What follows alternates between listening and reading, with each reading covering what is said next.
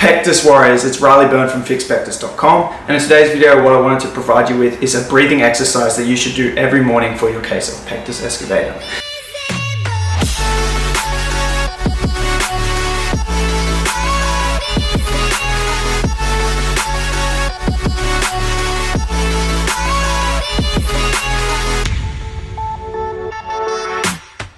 So what I want you to do is simply just sit with straight posture, perfect posture, so shoulders rolled back, chest proud, and I want you to breathe. And that's really all it is. But I want you to breathe really slowly in through the nose, out through the mouth, and I want you to create and hold the breath in and the breath out, so have space between each breath, and really try and create an intra pressure on your chest wall, okay? So it would be like this.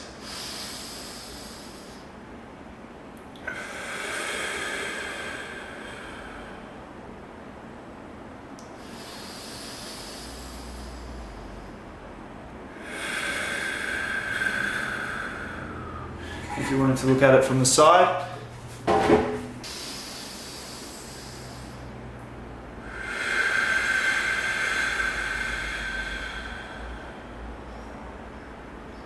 on that breath out, you should really feel pressure and force pushing against your sternum, pushing against your indentation, okay?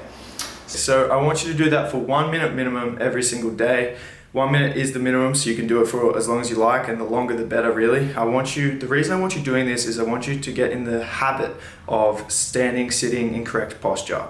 So although we can do all these stretches, we can loosen our tight chest muscles, we can develop our back to pull us into better posture. If you're not in that habit, then it's not really going to happen. You're going to habitually slouch. So we need to get used to being in that correct posture. So the more you associate yourself with that and spend time being mindful and just thinking about that, thinking about your breath, the better.